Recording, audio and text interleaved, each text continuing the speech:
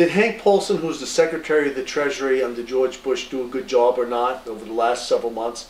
In our opinion, he saved the financial system of the United States from complete and utter collapse, and he saved the money that's sitting in all your accounts from completely being vaporized. Right? I think he did nothing short of an extraordinary job. His initial impulse to save the banks by buying their toxic paper was a mistake. He thought it would work, and it might have worked at the time, but the system got bad, much worse, very quickly.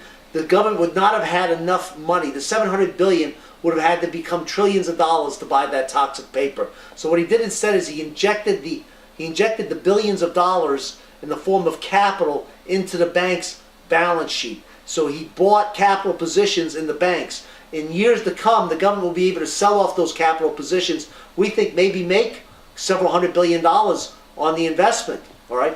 You know what's interesting though? $700 billion was the bailout. The Democratic senators and the congressmen stuck another $140 billion on top of that in pork to feed themselves. So they spent $740 billion of your hard-earned money. So as far as I'm concerned, the Democrats they're stealing money too, just like the Republicans did in the last 10 years. You ought to write your congressmen and senators and tell them to stop stealing the money.